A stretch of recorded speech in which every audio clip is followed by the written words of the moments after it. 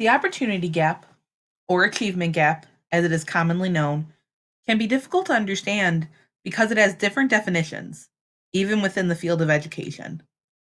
But it all boils down to this: the opportunity gap is the imbalance of opportunity among students, in particular, white versus black and fellow minority students.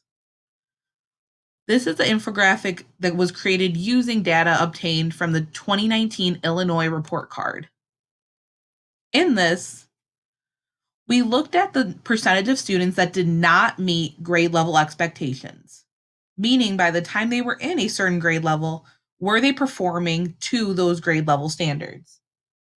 Our data reflected that for white students, 33% of students were not meeting grade level expectations, as opposed to 67% of black students who are not meeting those same expectations.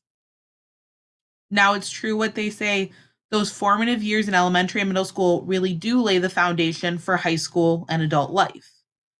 As when we look at those high school level expectations, the divide only gets bigger.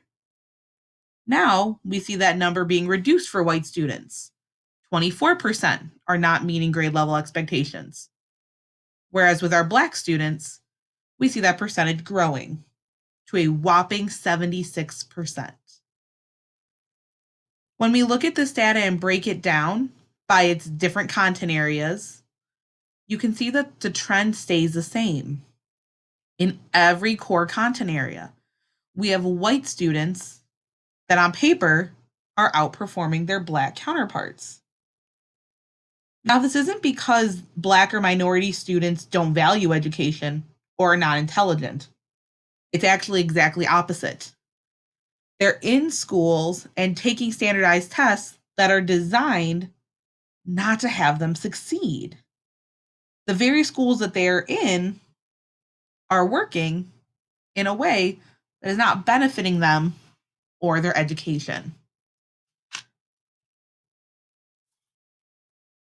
When kids are given resources they deserve, all students can achieve.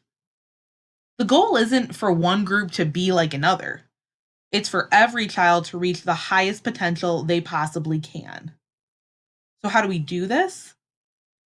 If we really believe that education is our greatest equalizer, we need to continue to work towards reforming our schools that work for our students as opposed to against them as they currently are established.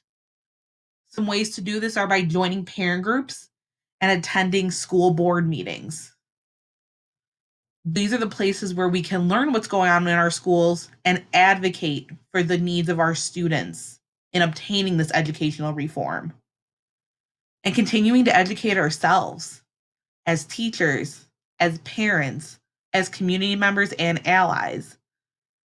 The time is now to push for this big reform change in education so that we are seeing less of an opportunity gap and a true equalizer in terms of our student education.